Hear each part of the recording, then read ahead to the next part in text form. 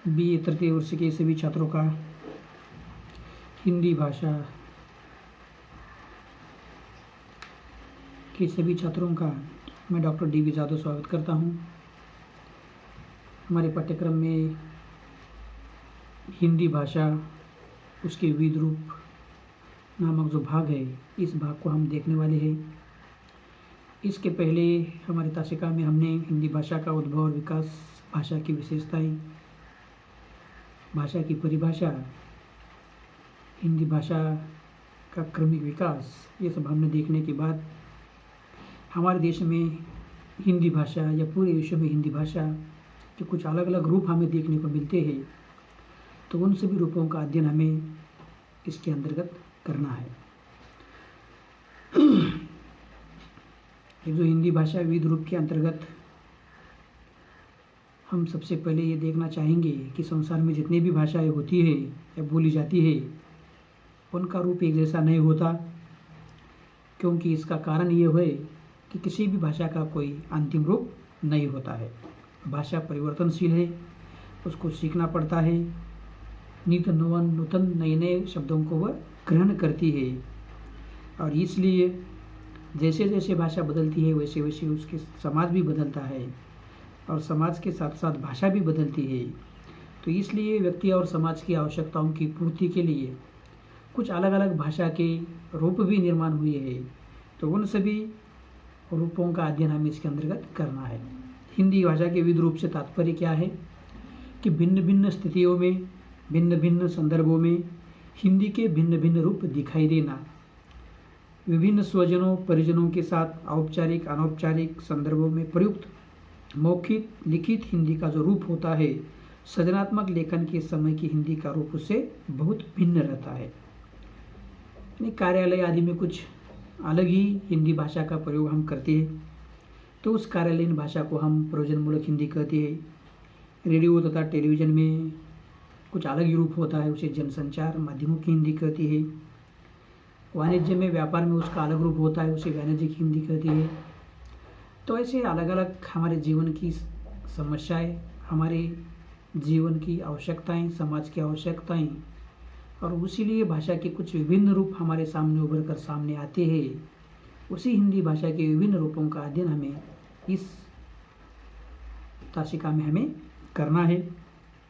तो हमारे देश में हिंदी भाषा के कुछ अलग अलग रूप जो है, तो उन रूपों में से हमें राजभाषा के रूप में हिंदी का प्रयोग होता है, राष्ट्रभाषा के रूप में होता है, संचार भाषा के रूप में होता है, वैश्विक भाषा के रूप में भी हिंदी का प्रयोग हो रहा है, और उसके साथ साथ प्रयोजनमूलक हिंदी ये एक हमारे जीवन और समाज की विभिन्न आवश्यकताओं की पूर्ति के लिए हमारे जो विज्ञान और तंत्रज्ञान का विकास हुआ है, उस विकास को या उस ज्ञान को, उस विषय को जिस हिंदी के द्वारा हमारे सामने लाया जाता है, उस हिंदी को प्रयोजनमूलक हिंदी इस नाम से हम जानते हैं। तो इस हिंदी का प्रयोग अलग अलग क्षेत्रों में होता हुआ हमें दिखाई दे रहा है। तो अलग अलग क्षेत्रों में प्रयुक्त की जा रही जो हिंदी है, तो उस हिंदी के अलग अलग रूप हमें इस तासिका के अंतर्गत अध्ययन करना है। तो यहाँ हम इस तासिका में हम प्रयोजनमूलक हिंदी का जो रूप है, इस प्रयोजनमूलक हिंदी कैसे कहते हैं, उसकी विभिन्न परिभाषा क्या है और उसका स्वरूप क्या है, और उसके साथ साथ उसकी विशेषताएं क्या है, तो इसको हम इस तासिका के अंतर्गत इसके भाग को हम देख लेंगे। तो प्रयोजनमूलक हिंदी, इससे तात्पर्य है कि यह शब्द प्रयोजन विशेषण में मूलक उपसर्ग लगने से ये प्रयोजनमूलक शब्द बना है। प्रयोजन का अर्थ होता है उद्देश्य, और मूलक उपसर्ग का अर्थ होता है आधारित। उद्देश्य पर आधारित जो हिंदी निर्माण की गई है, उस हिंदी को प्रयोजनमूलक हिंदी इस नाम से हम जानते हैं। तो इसका उद्देश्य किसी विशिष्ट उद्देश्य के अनुसार प्रयुक्त भाषा, ऐसा उसका अर्थ होता है। और इस प्रयोजनमूलक हिंदी को अंग्रेजी में फंक्शनल हिंदी इस नाम से जानते हैं।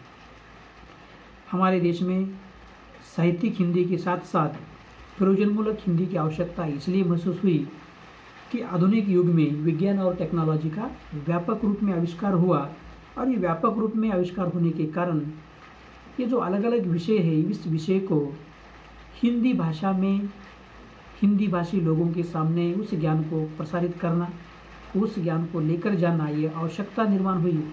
और उसी आवश्यकताओं की पूर्ति के लिए हिंदी भाषा के वैज्ञानिकों ने, हिंदी भाषा के विद्वानों ने पारिभाषिक शब्दों के द्वारा उस ज्ञान को, विज्ञान और टेक्नोलॉजी के ज्ञान को हमारे सामने प्रयोजनमूलक हिंदी के द्वारा प्रस्तुत किया।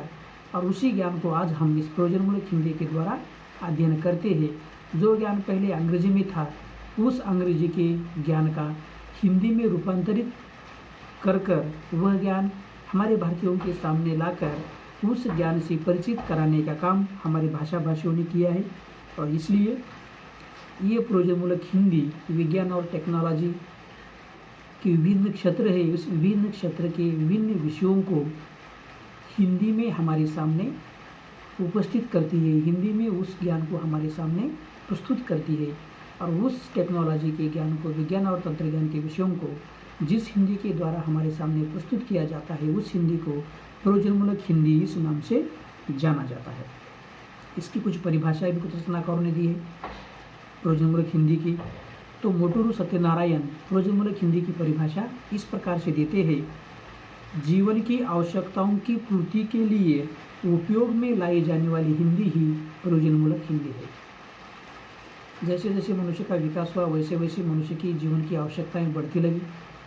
और ये आवश्यकताओं बढ़ने के कारण विज्ञान, तंत्रज्ञान, अंतरिक्ष, भूगोल, इन विभिन्न क्षेत्रों का ज्ञान लोगों को प्राप्त करने की आवश्यकता महसूस हुई। और उसी लोगों की आवश्यकताओं को लोगों की भाषा में समझाने का काम भाषा वैज्ञानिक करने लगे। और लोगों की इस आवश्यकताओं की पूर्ति हिंदी भाषा के द्वारा की जाने लगी। तो इसलिए हमारे जीवन की आवश्यकताओं की पूर्ति के लिए उपयोग में लाई जाने वाली जो हिंदी का रूप है, उस हिंदी को प्रयोजनमूलक हिंदी कहते हैं, ऐसे मोटूरू सत्यनारायण कहते हैं। आगे डॉक्टर दिलीप सिंह प्रयोजनमूलक हिंदी की परिभाषा देते हैं: जीवन और समाज की विभिन्न आवश्यकता दायित्वों की पूर्ति के लिए उपयोग में लाई जाने वाली हिंदी ही प्रयोजनमूलक हिंदी है। यहाँ दिलीप सिंह मनुष्य का जीवन और समाज की आवश्यकता और इसी आवश्यकताओं की पूर्ति के लिए जो हिंदी का रूप है, जिस हिंदी के रूप के द्वारा मनुष्य की और समाज की आवश्यकताओं की ज्ञान प्राप्ति की जो आवश्यकता है, उस आवश्यकता की पूर्ति करने वाली हिंदी, उस हिंदी को प्रयोजनमूलक हिंदी डॉक्टर दिलीप सिंह कहते हैं।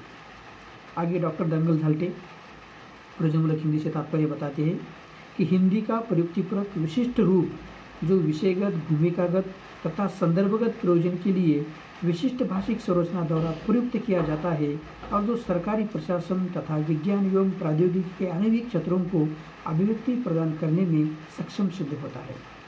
तो दंगल झालटे जी प्रयोजनमूलक हिंदी से तात्पर्य बताते हैं कि वह प्रयुक्तिपूर्वक विशिष्ट हो, वो विशिष्ट भाषा जो है, जो विषय के अनुसार, भूमिका के अनुसार और संदर्भ के अनुसार प्रयोजन उसका किया जाता है। और इसकी एक विशिष्ट भाषिक संरचना होती है। और इसी भाषिक संरचना के द्वारा सरकारी प्रशासन, विज्ञान, टेक्नोलॉजी, प्रौद्योगिकी के विभिन्न क्षेत्र जो है, इस विभिन्न क्षेत्रों के ज्ञान को अभिव्यक्ति प्रदान करने वाली जो भाषा है, उस भाषा को प्रयोजनमूलक हिंदी कहा जाता है। इस प्रकार की ये परिभाषा है।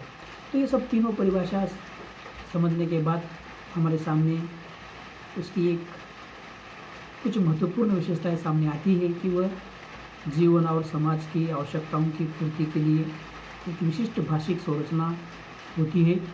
और एक नई भाषिक संरचना, एक नई भाषा अलग अलग उद्देश्य के लिए अलग अलग प्रकार की भाषा का रूप भी होता है। तो वैसे इस रूप को, वैसे इस भाषा को हम प्रयोजनमूलक हिंदी इस नाम से जानते हैं। तो इस प्रकार से प्रयोजनमूलक हिंदी का अर्थ और उसकी परिभाषा यहाँ तक हम देख सकते हैं। जब इस प्रयोजनमूलक हिंदी का हम स्वरूप देखेंगे, तब इस प्रयोजनमूलक हिंदी के स्वरूप के अंतर्गत हमें तो देखने को मिलता है कि हिंदी में ये प्रयोजनमूलक हिंदी या प्रयोजनमूलक ये जो शब्द है 20वीं शताब्दी के 7वीं दशक में प्रारंभ हुआ। इसका कारण ये हुआ कि इस समय में विज्ञान और टेक्नोलॉजी के आविष्कार के साथ साथ भौतिक, रसायन, कंप्यूटर इंजीनियरिंग, अंतरिक्ष विज्ञान, इलेक्ट्रॉनिक, दूरसंचार आदि की शिक्षा के लिए प्रयोजनमूलक शब्दावली के निर्माण एवं प्रयोग की आवश्यकता हिंदी भाषा के लिए अनिवार्य रूप से सामने आई। अब हिंदी भाषा दिनों दिन विकसित हो जाती जा रही थी, तब इस अलग अलग क्षेत्रों को अगर हिंदी भाषा के द्वारा लोगों के सामने लेकर जाना है तो उसके लिए एक अलग प्रयोजनमूलक शब्दावली का निर्माण करना ये ज़रूरी है। और हिंदी एक ऐसी भाषा है कि जिस भाषा के द्वारा हम इस ज्ञान को लोगों तक पहुंचा सकते हैं। ऐसा भाषा वैज्ञानिकों को लगने के कारण उनको लगा कि इस ज्ञान को अलग अलग क्षेत्रों को हिंदी भाषा के द्वारा लोगों के सामने प्रयुक्त करना ज़रूरी है। और इसलिए 60वें दशक में जब इन विभिन्न टेक्नोलॉजी का आविष्कार हुआ तब इस भाषा वैज्ञानिकों को लगा कि आप एक नई पारिभाषिक शब्दावली निर्माण करके इस विशिष्ट ज्ञान को, इस अलग अलग टेक्नोलॉजिकल ज्ञान को, विज्ञान तंत्रज्ञान के ज्ञान को, भौतिक रसायन के ज्ञान को लोगों को सामने अगर हमें लेकर जाना है हिंदी के द्वारा तो प्रयोजनमूलक शब्दावली का निर्माण करना पड़ेगा। और इसलिए 60वें दशक में भाषा वैज्ञानिकों को लगा कि पारिभाषिक शब्दावली निर्माण करने की ज़रूरत है और जिस शब्दावली के द्वारा हिंदी भाषा के जरिए इस विभिन्न टेक्नोलॉजिकल ज्ञान को लोगों के सामने हम लेकर जा सकते हैं।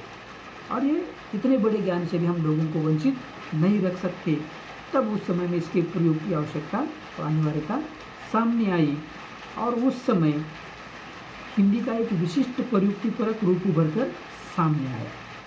क्यों सामने आया? उसका कारण यह था कि जीवन और जगत, मनुष्य का जीवन और पूरा विश्व, इसकी अलग अलग आवश्यकताएं हैं, अलग अलग स्थितियां हैं और इस अलग अलग स्थितियों की और आवश्यकताओं की पूर्ति हिंदी भाषा के द्वारा हमें करना है। तो ये हिंदी भाषा के द्वारा अगर हमें करना है तो इस विशिष्ट ज्ञान को हम एक अलग पारिभाषिक शब्दावली बनाकर हमें लोगों के सामने जाना है। और इसलिए एक पारिभाषिक शब्दावली के द्वारा इन जीवन और समाज की आवश्यकताओं की पूर्ति के लिए ये भाषा का नया रूप उभर कर सामने आया और वह हिंदी, प्रयोजनमूलक हिंदी ये भाषा रूप कहलाने लगा। तब इस प्रयोजनमूलक हिंदी का मुख्य लक्ष्य क्या है? जीविकोपार्जन के विविध क्षेत्रों में प्रयुक्त होने वाले भाषा रूपों को प्रस्तुत करना।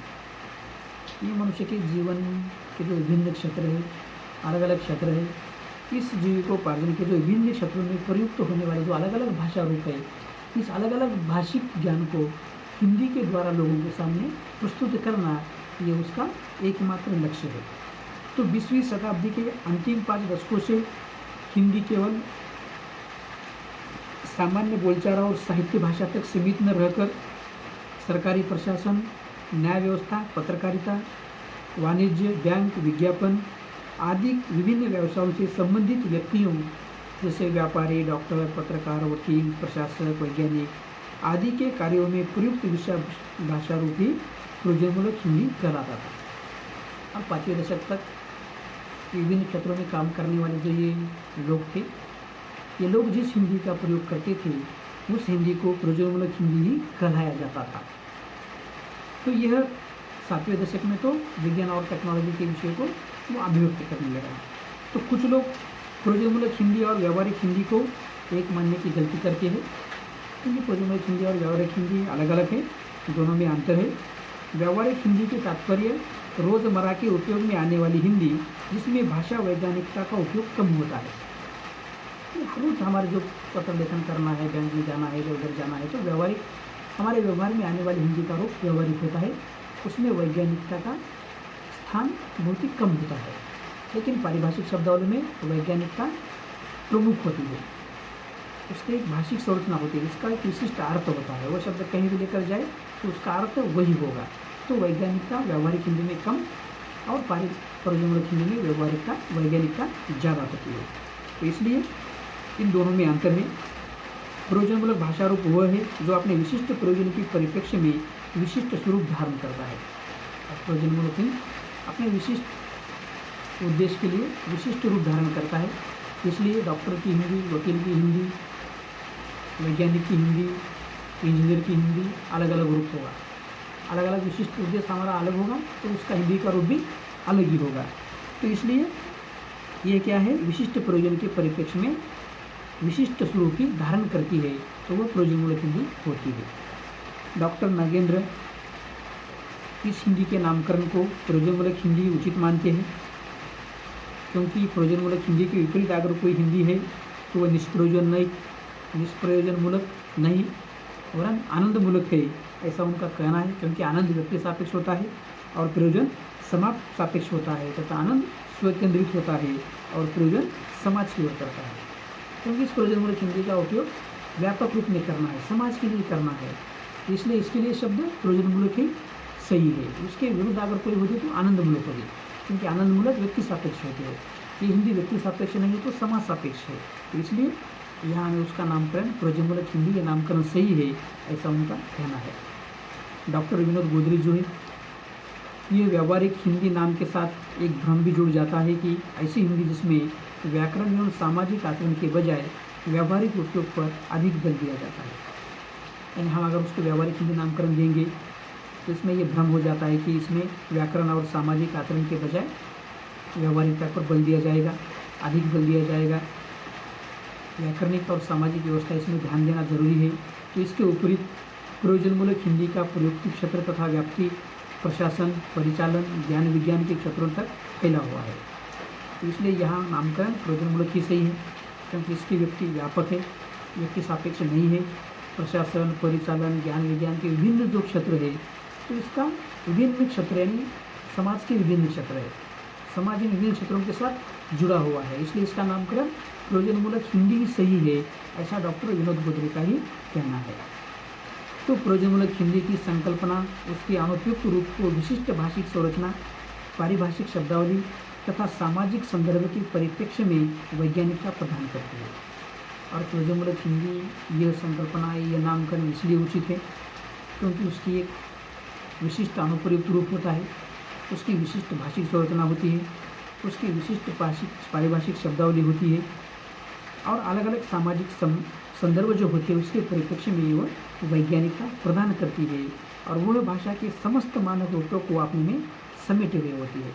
और भाषा के जो विभिन्न मानक रूप है तो वह अपने में समेटे होने के कारण ये प्रयोजनमूलक हिंदी ही नामकरण सही है।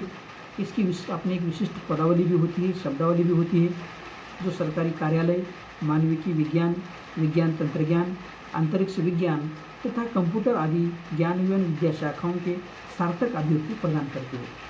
और प्रयोजनमूलक हिंदी में विभिन्न क्षेत्रों में सार्थक अभिव्यक्ति प्रदान करने का काम ये प्रयोजनमूलक हिंदी के द्वारा ही किया जा सकता है, इसलिए हम उसे व्यावहारिक हिंदी में कहकर प्रयोजनमूलक हिंदी कर सकते हैं। तो इसका अर्थ ये हुआ, तो व्यावहारिक हिंदी की अपेक्षा प्रयोजनमूलक हिंदी अधिक प्रयोजनीय, तर्कसंगत, वैज्ञानिक तथा सार्थक मानी जा सकती है, इसलिए उसकी व्याप्ति, अर्थवत्ता तथा मूल्यवत्ता सुनिश्चित है। और इसकी व्याप्ति व्यापक है, अपनी विशिष्ट भाषिक संरचना है, प्रयोजन है, तर्कसंगत भी है, वैज्ञानिक भी है। और ये सब पूरा उसकी विशेषता देखने के बाद हम उसे व्यावहारिक हिंदी और प्रयोजनमूलक हिंदी को जो एक मानने की गलती करते हैं तो वो गलती हमें नहीं करना चाहिए। ये दोनों अलग अलग रूप है और इसके लिए नामकरण जो प्रयोजनमूलक ये नामकरण दिया गया है इस हिंदी के लिए, तो ये प्रयोजनमूलक ये नामकरण बहुत ही सटीक है, सही है, ऐसा विनोद गोदरी जी का कहना है। तो इस प्रकार से प्रयोजनमूलक हिंदी का जो अर्थ है और इस अर्थ के साथ साथ उसका विभिन्न जो परिभाषा भाषा वैज्ञानिकों द्वारा दी गई है और इस जो स्वरूप है, तो कब से इस प्रयोजनमूलक हिंदी का प्रारंभ हुआ। 5वें दशक तक कुछ अलग अलग क्षेत्रों में वह प्रयोग की जाती थी, लेकिन 7वें दशक के बाद जब पूरी की पूरी टेक्नोलॉजी की, विज्ञान तंत्रज्ञान की आंधी उमड़ कर सामने आई, तब इस विज्ञान और टेक्नोलॉजी संबंधी जो नया ज्ञान है, इस नए वैश्विक ज्ञान को हिंदी के द्वारा प्रस्तुत करने की आवश्यकता भाषा वैज्ञानिकों को महसूस हुई और इसलिए उन्होंने प्रयोजनमूलक हिंदी पारिभाषिक शब्दावली के द्वारा इस प्रयोजनमूलक हिंदी का निर्माण किया। और ये पारिभाषिक शब्दावली उसका एक विशिष्ट अर्थ होता है, सीमित अर्थ होता है और अर्थ की सीमा में उसको बांधा जाता है। तो ये सब पारिभाषिक शब्दावली के द्वारा हमारे जीवन की, मनुष्य के जीवन की, समाज की जो हमारी जो विभिन्न आवश्यकता है, हम विभिन्न क्षेत्रों का ज्ञान अर्जित करना चाहते हैं, इन सभी विभिन्न क्षेत्रों के ज्ञान को हिंदी भाषा भाषी जनता तक हिंदी भाषा के द्वारा पहुंचाने का काम भाषा वैज्ञानिकों ने इस प्रयोजनमूलक हिंदी के द्वारा किया है। और यह हिंदी का रूप, प्रयोजनमूलक हिंदी का रूप आज व्यापक रूप में हमें देखने को मिलता है। इस प्रयोजनमूलक हिंदी के द्वारा दुनिया के तमाम विषयों को हमारे सामने हिंदी के द्वारा प्रस्तुत किया जाता है और उस ज्ञान को हम हिंदी भाषा भाषी आज अर्जित करते हैं, ग्रहण करते हैं। तो यह समय के साथ साथ, जीवन और समाज की आवश्यकताओं के साथ साथ, समय की मांग के साथ साथ ये हिंदी का नया रूप उभर कर हमारे सामने आया।